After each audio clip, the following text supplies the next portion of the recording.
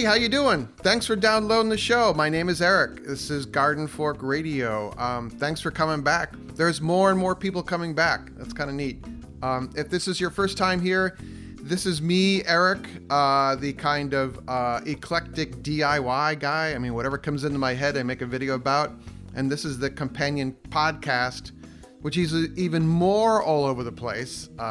It's not just a woodworking show. It's more of a backhoe and solar panel show, actually. And speaking of that, Will Wallace from the Weekend Homestead is here. Hello, sir. Good morning. How are you today? I'm good. I'm intrigued by two projects you've done lately, so that's why I thought, why don't you come on the show? And then we both read this one article about daily habits that separate high achievers from everyone else. So I am not a high achiever, and you are. Well, I appreciate the compliment. Thank you.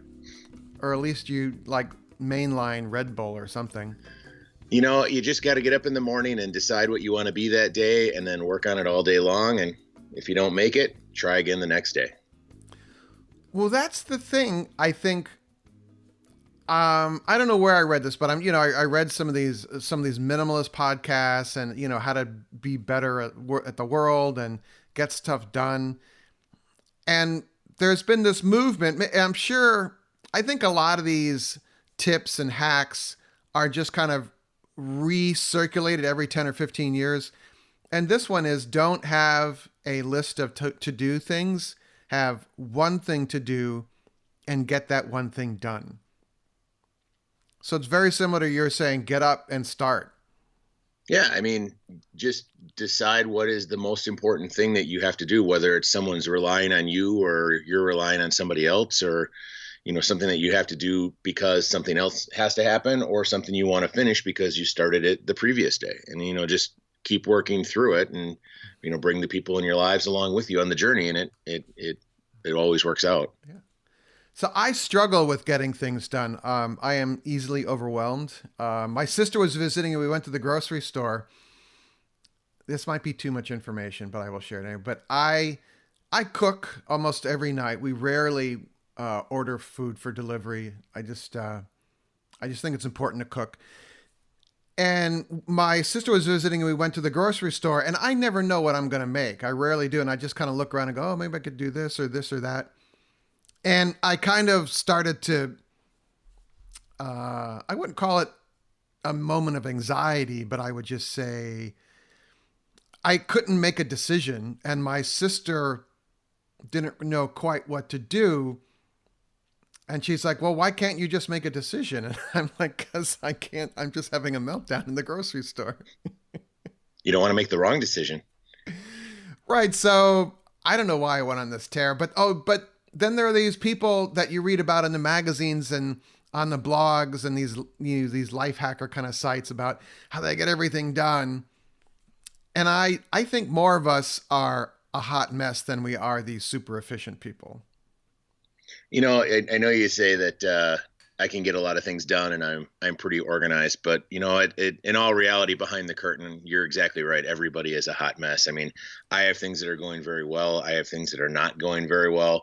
And you just gotta, look at things. And I go back to, and even looking at this list of the 25 things that they have on the list, number 25 is, visualize success. I think I've said this a dozen times on this podcast and when I talk about things in my videos, visualize what the end result is going to be. If you're going to bake a cake, visualize that cake in your head and think, okay, here's what that cake is going to be, and then work backwards to the point that you're at. And that will give you your to-do list of things you need to do to get it done. And then you don't miss anything along the way. And projects, anything in life really falls back to that one. And that's probably the one that I think about the most is I think about what I want the end result to be or what I'm trying to achieve, and then just work backwards from it. And is there going to be variations and deviations along the way? Sure. But as you're going down that journey to succeeding at whatever you're doing, you just have to learn to adjust, and you can't be rigid. And because of that, that's how you can be more successful at different things throughout your life, whether it be a big project, a small project, something you need to do in the morning, or something that's a life goal for yourself. I'll read a quote. It's from Incorporated Magazine, and I'll put it in the show notes here. It says, The process of visualization is a key part of my daily routine. When I'm in bed, in the shower, excuse me, on my way to work, I'm constantly visualizing important calls, meetings, and presentations. By playing out those big moments in my head and picturing myself succeeding, I build confidence and am able to perform at my best. And that's from Eyal Grayevsky, who's the CEO of Maya Systems, which I don't know what that is. But anyway, someone that is successful, I guess. But yeah, I visualize what it's going to look like, and I think about how I'm going to do it. And then it's interesting when I'm doing it that process can change. Yeah, and that's the thing I think what a lot of people get caught up on is they get caught up into all the minutia and the details of different things, and then when they get set in a rigid path, and then all of a sudden a water line breaks or some part is missing, or something happens along the way to finishing whatever you're trying to succeed at, and then they get stuck at that point and they can't get past it. You have to understand that on any journey you're going to have challenges, and as long as you're flexible in the process of getting to the end of that journey, whatever it is, you'll be successful because you'll make it through. You won't get stuck. And I think that's where a lot of people get hooked up on that one, is they're like, oh, I'm at this point and I can't get any further. Well, let's just work our way around it. One of the other things I liked here was start your day switched off. I find there's a lot of value in getting a process set up each morning to clear my head and tee the day up unencumbered by distraction. I avoid email and phones first thing, taking time off to start the day calmly, and I exercise every morning to activate my brain and get energized each day. And that's something that everyone can do. You don't have to have a personal trainer for that, I know people look at their phone in bed, and I'm like, I'm not in bed with them, but I can tell because I'm getting messages from them, and I'm like, I don't look at email until the middle of the day. So here's a question for you. I think it's like number 1, number 4, and number 9 all say tea, and you just said the word tea, and I'm thinking, okay, Eric's getting teed up for the day. He's making tea. Why do you drink tea instead of coffee? Oh, you don't want to see me on coffee. It's the caffeine is too strong. Gotcha. I have found that the caffeine helps when I'm feeling depressed, and which is often. And we're going to talk about that actually pretty soon here. But tea has. I love coffee. I absolutely love how it makes me feel. But it makes me feel like there's a 110-volt extension cord plugged into the back of my neck. And my brain is zizzing, but I'm like, oh, I really like this, but I can't live that way. So tea has enough caffeine to keep me teed up a bit, is for a lack of a better word. And but coffee is too strong. Interesting. You have a 110 hookup and I have a 220 always hooked up, running right. 3-phase. So antidepressants didn't work for me. What worked for me was exercise, meditation, and a little bit of caffeine. Do you still use, I know on a couple of podcasts ago, maybe about a year ago, you were talking about the Headspace app. Do you still use that, or do you use an app to do I love Headspace. Meditation? I'm a Headspace evangelist. It changed my life. So yeah, it's, you just have what's called monkey brain. I call it the hamster wheel. And I'm able to, I don't have to turn it off, but you learn to not pay attention to that crap that's going on, that your brain is cranking out. And you also learn that you as a person are not your thoughts and your feelings. And you learn to let go of those thoughts and feelings instead of them running through your head at 4:30 in the morning, So yeah, the Headspace app is great. It is not cheap, but what's an hour of therapy cost? It's like, I think the Headspace app is $90 a year or something, but it taught Andy, who started the app, taught me how to meditate, let me know that it was okay to have thoughts in your head. Your head's never going to completely empty.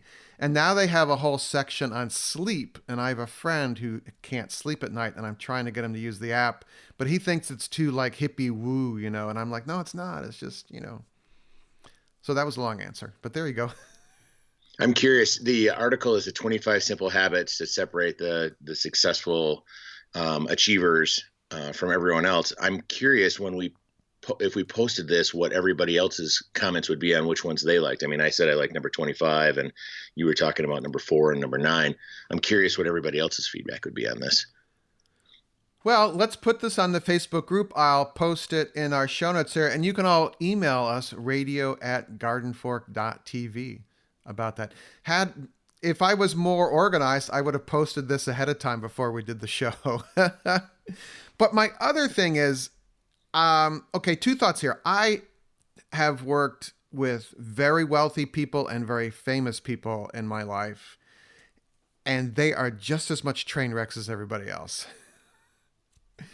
And then there's some of them that are laser focused. And as soon as I meet them, I can tell that they're like that because they almost look right through you and they're moving on to the next thing.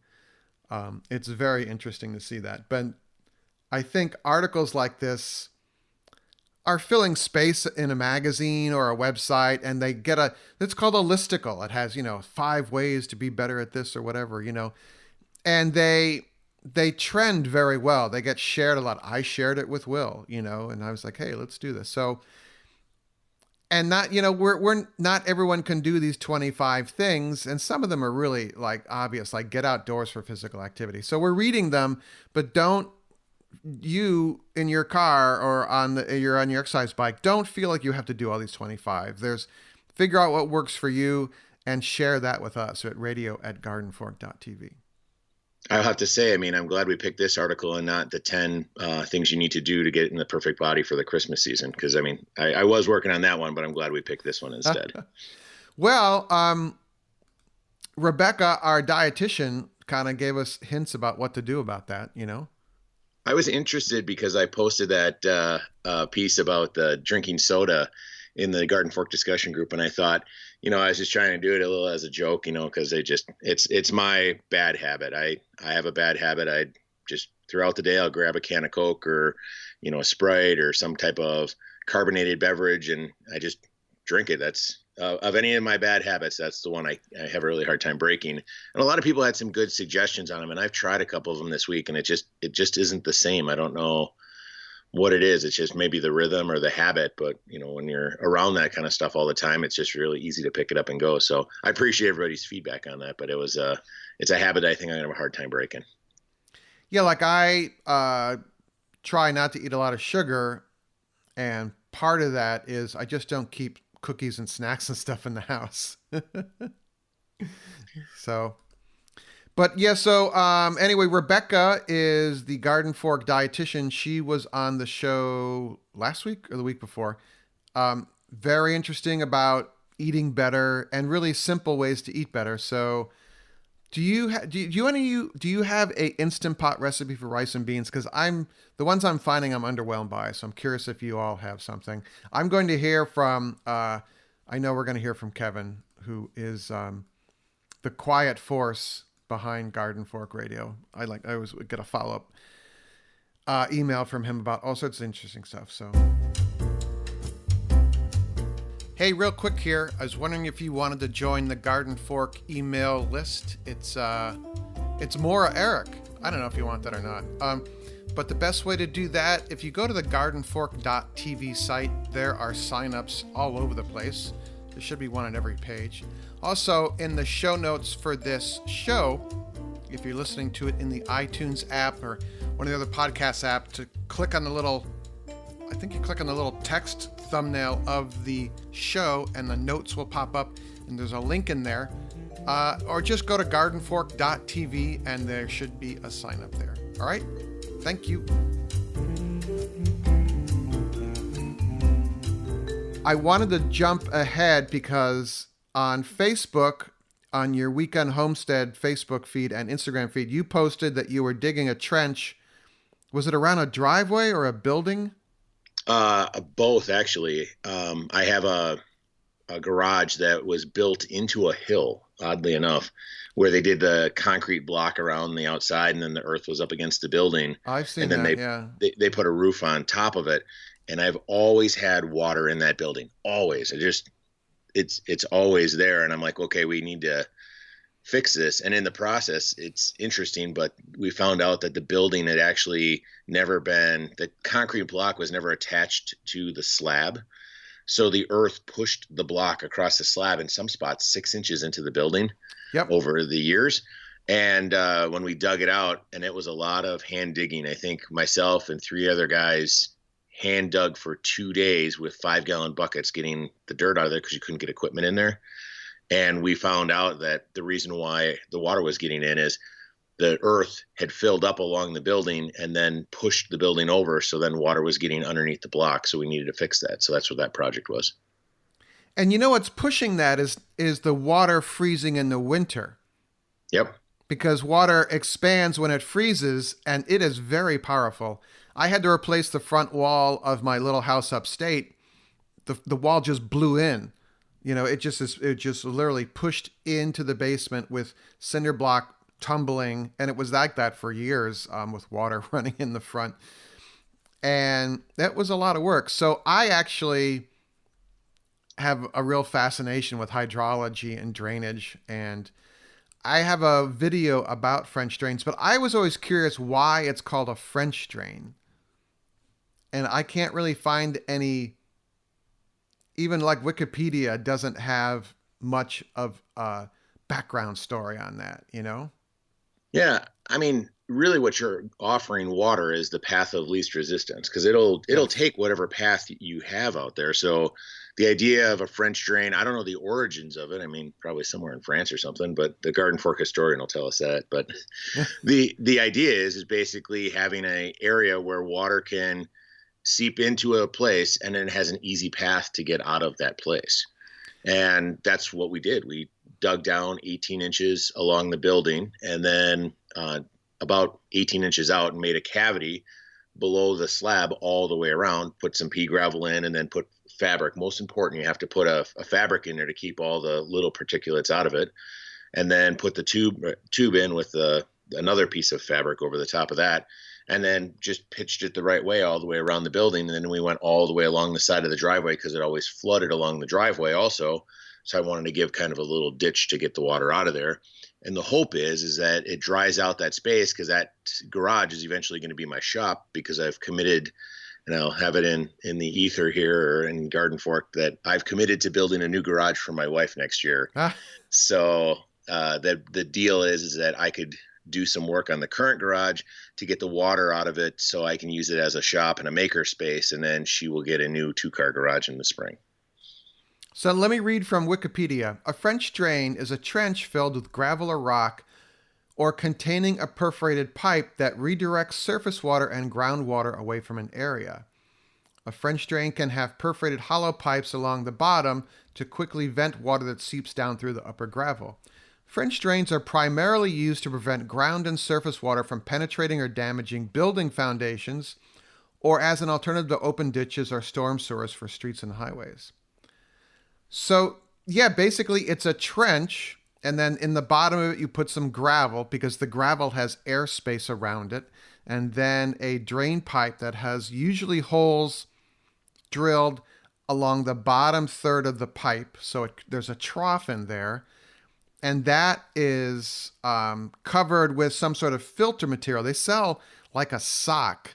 It looks like a really long tube sock that you can slide over a drain pipe.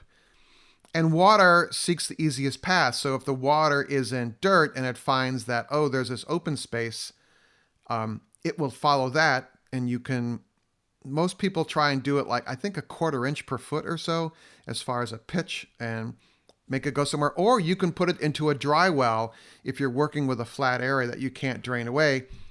I mean, a dry well is like a 3-foot wide hole in the ground that's 4 or 5 feet deep, and you fill it with rock that has, again, air spaces around it. Or they make dry wells out of cement and plastic. It's a big open barrel with a top on it, and you will pipe the drain pipe into that dry well.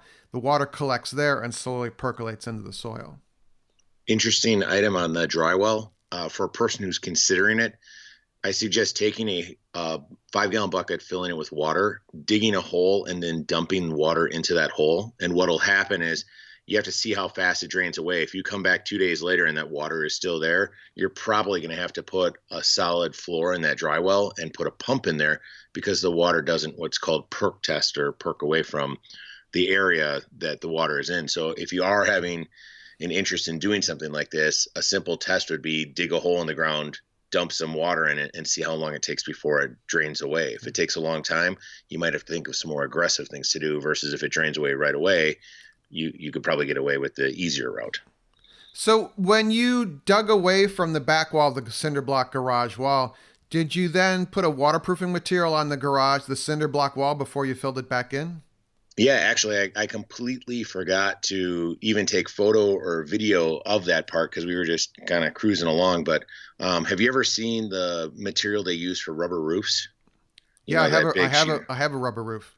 Okay, so I bought a 20 by 20 sheet of that, and then we cut it into, I would say probably 24-inch sections. So now I have these long strips that are 20 feet long and are 2 feet tall. Yeah. And what we did was we hammer drilled along the top of the block and basically put a skirt on the building, and then draped that rubber material along the edge of the block and then along the seam of the foundation down underneath to the bottom of where the French drain is. So then any water that comes towards the building will come down the wall, hit that, and then get directed into the French drain versus directed into the building. And then we took something called roof jack. It's this bucket of tar material, which, by the way, wear clothes that you don't care about because you will never ever get this stuff off of there. And we roof jacked the underside of the building, and then we stuck the rubber material to it and made basically a little redirect on the side of the building. And that rubber was pliable enough that it went around all of the oddities of the block, because after 50 years of that block moving, it's not nice and smooth. It's very jagged and wavy, and that rubber just adhered right to it, and the roof jack made it stick. And now the whole underside of the building is sealed, which will hopefully keep even more water out. I think the material you're using is called EPDM, the roofing material. It could very well be. It's also used to line the bottom of shower stalls and stuff. If you're putting like a tile shower stall in. Yeah, no, it's an interesting material, and the trick with it, and I learned this from the guy at the home improvement store, was he said, I know that you're working in an area that's kind of cold. Leave it in your house and let it stay warm. Cut it and then go out and install it. He said once it starts to really cool down, and if it gets cold, it gets really hard to cut and it bends, and sometimes it'll crack and it'll have brittle spots in it if it's cold when you put it on. He said if you put it on and it's warm, it works a lot better. So that's what we did. We left it in the sunroom for a day or two to really warm it up, and then it kind of just stuck almost like saran wrap to the building. Yeah, they use it also to waterproof around windows when you're putting in a new window. You've got the frame, the 2x4 frame of the window hole. You put this material all the way around. I learned this from this old house. And then you slide the window in from the outside, and then you put more material around that window, and it works quite well. Yep. They actually make rolls specifically for windows that are like 6 inches or 8 inches wide. This stuff was huge. I mean, it was a 2-person lift to pick up the container because it's supposed to cover 200 square foot roof, and we cut it into little strips. But they didn't make a material for what we were doing, so we just found a material that would work. My other thought here is that you use that kind of black slinky pipe, right? Yep. But on my French drain video, there are people that complain about that pipe, saying that it deteriorates or crushes very easily. And I've never seen that happen, but I'm wondering if anyone out there knows about that, or do you? Well, I will say that I had that same concern, but the one thing that I looked at was where we were putting this. If you ever looked at any of the pictures that I posted, the space between the garage and the house, or between the garage and where the earth is so small. The likelihood of anybody walking over the top of that space, or vehicles driving over it, or going through a yard, it's never going to happen. So when we got around to the outside where the edge of the building is, and then all of a sudden I went down the driveway, I changed from the slinky pipe to the plastic pipe, the solid stuff, where people would be walking, so that then I actually saved myself probably about 30% on the project by putting the slinky pipe in around the area where nobody would walk, and only putting the hard pipe in where people would be. So it's one of those things where I don't want to say cut the corner, but it was one of those things to keep the budget in line, because we just can't necessarily just make everything super expensive. Sometimes you have to take the easier path, and it works just as well. The Wikipedia page here is pretty detailed. I mean, usually Wikipedia is like talking about English history or something like that. But whoever edited this thing did a deep dive on French drains here. Someone is the French drain expert out there, and they're like, I'm in charge of the Wikipedia page. Yeah, because literally it was edited on September 20th, 2019. That was the last time it was edited. So that's like, holy cow. Maybe I should put a link on this page to my YouTube channel. I never really thought about using Wikipedia for DIY projects to look at history or look at information. I'll do some searches online on Google and stuff like that, but I had never really thought to do a deeper dive into the hows and the whys of something on how it works before you even get into it. One of the footnote references is to a book called Guidelines on the Construction of Horizontal Subsurface Drainage Systems. That's a page turner. That author really writes some good stuff. Yeah, I got that one on my nightstand. Yeah. Perfect. The Garden Fork Radio podcast is brought to you by the Garden Fork patrons. Those are people that really like the show and make a monthly contribution. I don't know if you've heard of Patreon before, but that's the service that we use for this. You can sign up for $3 a month, $5 a month, $10, really whatever you want. If you are strapped for cash, do not send me cash, okay? But, $3, cup of coffee, $5, is that a latte? I don't drink lattes, but anyway, what I do in return is you have my eternal thanks, and I also post some behind-the-scenes stuff, photos of stuff I'm working on. I have, I call it the woods walk. I'm usually in the woods, but just about every week I do an audio recording. It's like a custom podcast for my patrons, and you can listen to that by email, or I think you can do an RSS feed, or it'll show up in the Patreon app, which is, I think, a really cool app to use to keep up with Garden Fork.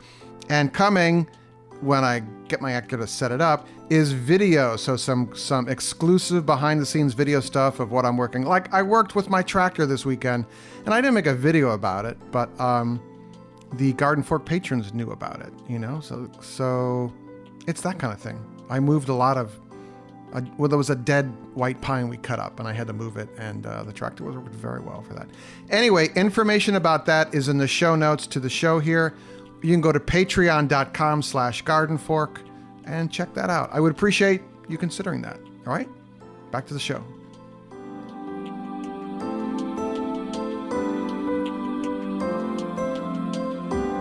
So the last thing I was thinking about is you were building another little solar system with a insulated battery box. Yes. Solar panel system number 2 is what I'm working on right now in my makerspace / garage. That leaks. That leaks. It doesn't anymore. It's been dry ever since we've done this, but we also haven't had any rain because it's 10 degrees outside right now.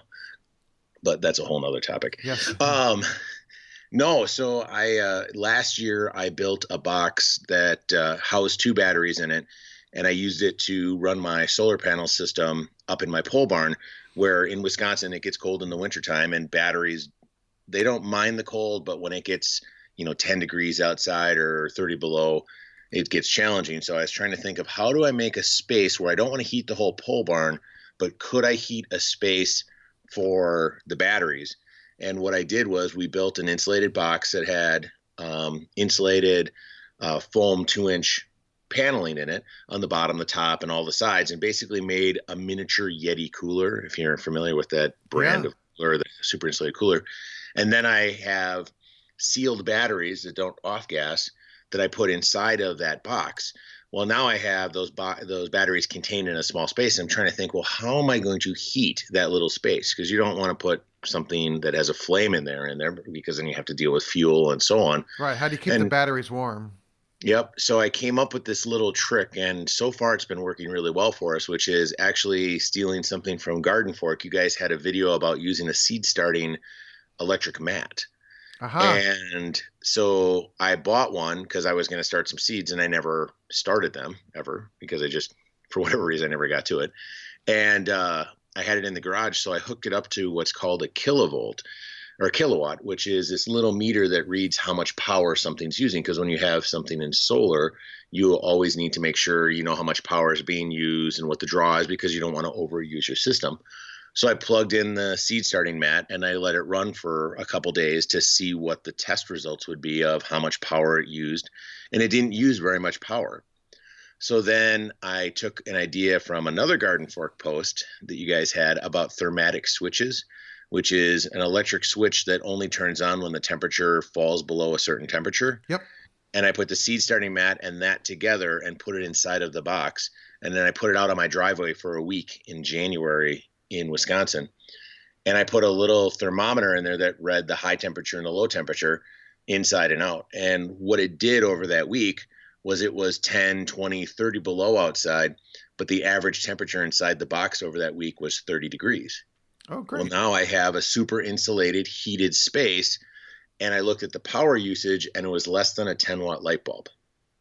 So in all reality, that box was able to hold the temperature, and my batteries had so much power in them and my panels would refresh it at such a rate that I would never run out of power, because ultimately there would always be some sunlight to charge a little bit to make up for the light bulb that would be used inside of that space. Right. And so I've now had batteries that stayed above temperature for the last year in my pole barn. Fast forward to today, now I'm making the second version of that for a project I have out in the woods called Pinecone Camp. I'm putting power out there, and I've kind of come up with a new design for the box to do basically the same thing. Sweet. Yeah, I saw that and I was like, I don't know. I just kind of am big into solar. So I was like, oh, another thing to build. Well, here's the interesting trick on this one is I wanted it out in the woods, and I was trying to figure out a way. Do you like clad the outside of the box with some metal, or do you put some vinyl siding on it or something to protect the box? Because the one in my pole barn, it never gets wet or rainy or anything like that because it's inside the building. Right. This one would be outside in the elements. And I happened to be walking through Costco, and I saw one of those, I don't know what they're called, life proof or lifetime benches that you'd put like your cushions in for your patio furniture. Oh yeah, those outdoor. They're from this. They're from the boating community. They've been transferred to the backyard. They're like a waterproof storage tub. Yeah, it's like a locker, like a little bench locker thing. And I measured the inside of it, and I figured out that I could fit the battery box and the equipment inside of that box. So I bought one, and I'm modifying that plastic box because that's waterproof for the most part, rodent-proof for the most part. Yeah. And I'm putting the plywood box with all the insulation and everything inside. So out in the wilderness, it'll just look like there's a random life-proof box, sitting out in the woods. And when you open it up, inside will be all of the components for the solar panel, and then I just trenched in from underneath where all the wires go out to the building. So it just looks like a little yard box out there, but actually houses the heated battery container for the solar stuff. Well, good for you, man. Soon you can pull your electric meter and just live out there alone. Yeah, someday. Problem is my wife likes to use the hairdryer, and that's challenging. Yes, it is. The lights dim in my house when that thing turns on. So I think people have reached their destination here, but we do have a new iTunes review. Let's hear it. You can write a review right from the podcast app if you have an iPhone. I'm not sure if you can do it from an Android phone, but I think everyone has an iPhone, right? Right. Anyway, it's by OK8. And I read and I wonder who OK8 is. That Oklahoma 8 or OK8 is... what's that called? Where they kind of like the license plates, they're trying to spell out a word and using the letters and numbers and stuff. I don't know what you're talking about. Sorry. It says down to earth and informative, 5 stars by OK8. I absolutely love this podcast and videos. Eric and friends provide an entertaining and easy to listen to show every week. It's rare to find a podcast my kids can also listen to in the car. I've had to edit out some stuff. So, my 5-year-old even talked to her kindergarten class about the process of making maple syrup solely due to Eric's videos. There's a big heart there. Keep up the great work. Yeah, there you go. Neat. That's awesome. So we're spreading the word to kindergarten classes. Those are future listeners of Garden Fork. That is, it's amazing to know where your stuff goes. Like you post something online and you get a response from somebody and you look at it and you're like, oh, I would have never thought that would end up there, but you never know where stuff goes. It always ends up in great places. So the maple syrup questions are starting to come in. I can't believe that. I mean, we're not even to Christmas yet. Usually, isn't that something that happens in January?